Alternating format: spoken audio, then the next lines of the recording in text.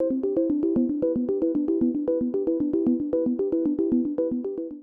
morning friends, I am Dr. Anirudh and today we will be discussing about GERD. So what is GERD? GERD stands for gastroesophageal reflux disease and it is a condition of the abdomen in which increased amounts of gastric acid goes from the stomach into the esophagus to causes symptoms of heartburn and sometimes even injury to the esophagus. The normal swallowing mechanism involves the food traveling from the food pipe, that is the esophagus, into the stomach through a one-way valve which is located near the lower esophageal sphincter. This valve is normally closed at rest and usually once the person swallows, this valve opens up and then allows the entry of food from the food pipe into the stomach, and then it closes again so that the food within the stomach does not reflux back into the esophagus. So this condition of GERD happens when there is a functional or an anatomic weakness of this lower esophageal valve or the LES. Sometimes the opening in the diaphragm through which the esophagus passes from the chest to the abdominal cavity becomes wider, and this causes a weakness of this valve which is known as a hiatal hernia. Also, sometimes there is a functional weakness of this valve. This can happen when there is a over distension of the stomach due to overeating or taking some carbonated beverages, which leads to weakness of this valve and increased reflux of gastric contents into the esophagus. Also, some foods are there such as chocolates, ginger and garlic, which also cause a functional weakness of this valve and increase the predisposition of reflux of gastric contents. Increased intra-abdominal pressure, either because of obesity or because of pregnancy, also increases the tendency of reflux and leads to GERD in such patient populations. So what are the symptoms of GERD? GERD patients usually present with pain in the upper part of the abdomen, heartburn, increased belching after food, and often they complain of a sour taste in the mouth due to reflux of acid from the stomach into the food pipe and even up till the oral cavity. They experience these symptoms more after eating heavy meals or taking spicy and oily foods.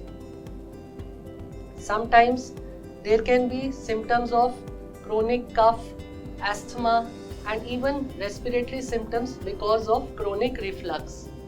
And in long-standing cases, there may be complications of this reflux disease which leads to narrowing and shortening of the esophagus, which can cause difficulty in swallowing and pain in the abdominal cavity. How is GERD diagnosed? GERD is basically diagnosed based on the clinical history. There are no positive findings on the physical examination of such patients. But the test of choice in such patients is by an upper GI endoscopy.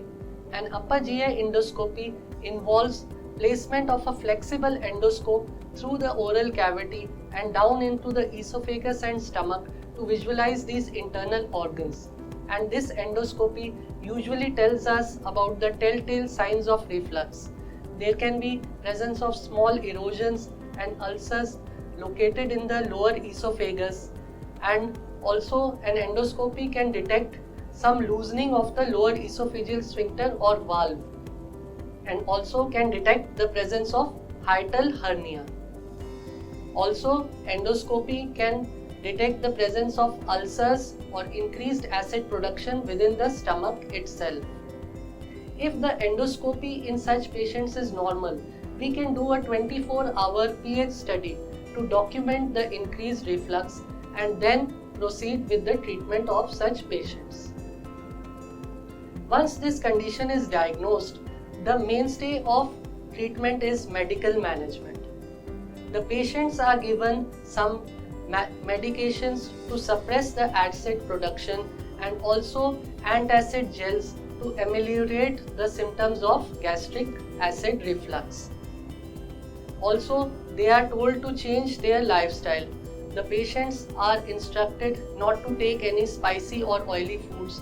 They are told to take small frequent meals and to avoid overeating, and they should also avoid sleeping or lying down immediately after taking meals.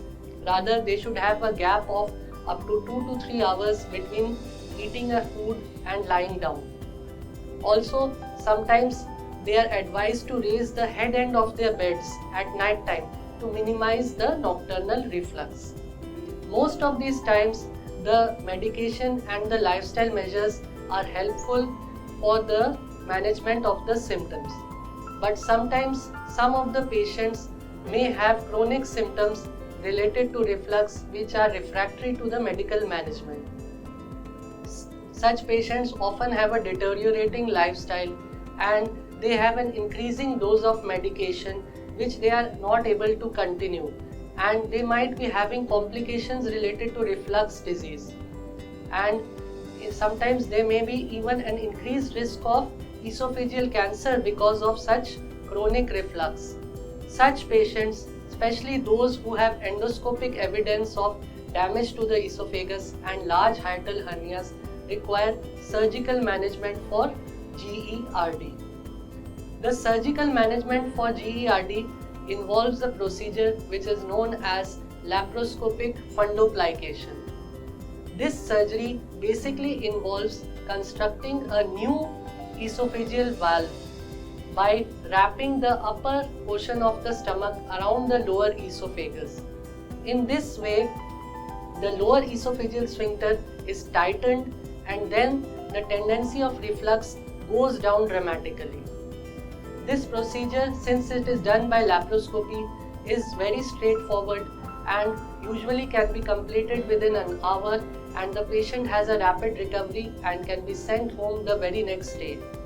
And they are usually advised to take a liquid diet for 10 to 15 days, and then they can graduate to a soft diet and normal diet thereafter.